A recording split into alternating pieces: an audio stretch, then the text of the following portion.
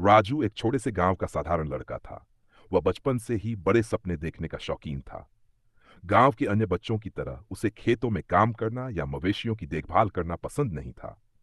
उसकी आंखों में एक अलग चमक थी जो बताती थी कि वह कुछ बड़ा करना चाहता है। राजू के पिता मोहनलाल एक किसान थे और खेती से घर का खर्चा चलाते थे। मां सरोजा देवी घर संभालती थी। राजू का सपना था कि वह शहर जाकर पढ़ाई करे और एक बड़ा आदमी बने, पर उसके परिवार की आर्थिक स्थिति इतनी अच्छी नहीं थी कि वे उसे शहर भेज पाते। गांव में एक प्राइमरी स्कूल था जहां से राजू ने अपनी प्रारंभिक शिक्षा पूरी की। वह पढ़ाई में बहुत तेज था। उसके शिक्षक हमेशा कहते, राजू, तुम्हारे जैसे बच्चों को अगर सही दिशा मिले तो तुम आसमान छू सकते हो। सपने की शुरुआत। एक दिन गांव में एक सरकारी अधिकारी आए। उन्होंने गांव के बच्चों के लिए एक विशेष छात्रवृत्ति योजना की घोषणा की। जो बच्चा परीक्षा में प्रथम आएगा उसे शहर में पढ़ाई करने का मौका मिलेगा। यह सुनकर राजू का दिल जोश से भर गया। राजू ने दिन रात मेहनत करनी शुरू कर दी। वह सुबह जल्दी उठता, खेतों में पिता की मदद करता और फिर स्कूल के लिए पढ़ाई करता।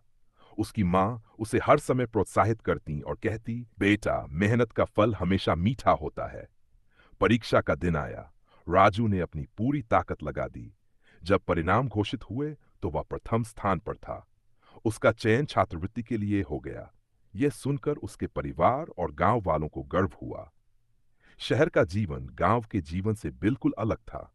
बड़े बड़े स्कूल, चमचमाती सड़कें और हर तरफ व्यस्त लोग। राजू को शुरू में यहां तालमेल बिठाने में दिक्कत हुई, लेकिन उसकी मेहनत और लगन ने उसे आगे बढ़ाया।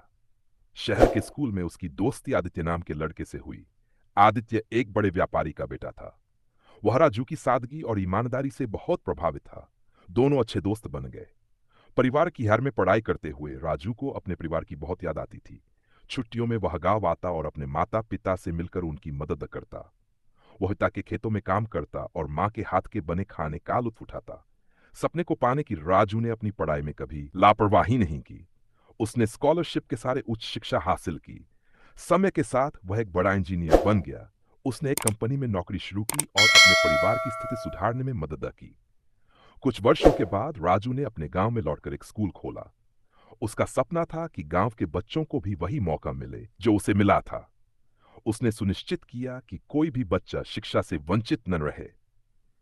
अंतिम पंक्तियां। राजू का संघर्ष और उसकी सफलता यह दिखाती है कि अगर इंसान के पास दृढ़ संकल्प और मेहनत की ताकत हो तो वह किसी भी बाधा को पार कर सकता है। यह कहानी हमें यह सीख देती है कि सपनों का पीछा करने के लिए कठिन मेहनत और समर्पण सबसे जरूरी है।